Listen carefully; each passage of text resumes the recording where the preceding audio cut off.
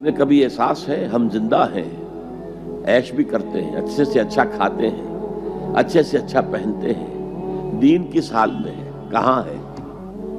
पांव तले कुचला जा रहा है, इस्तेहज़ा हो रहा है, तमस्खुर किया जा रहा है। और ये ना समझिए कि मैं कोई हिंदुस्तान की बात कर रहा हूं, नहीं, तमाम मुसलमान मुल्कों में यही हाल है। हर जगह पर कहीं भी सही इस्लामी हुकूमत कायम नहीं, इस्लामी निजाम कायम नहीं।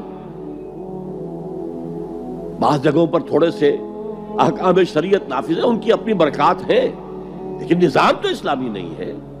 दौलत की तकसीम का निजाम इस्लामी नहीं है, सियासी निजाम इस्लामी नहीं है।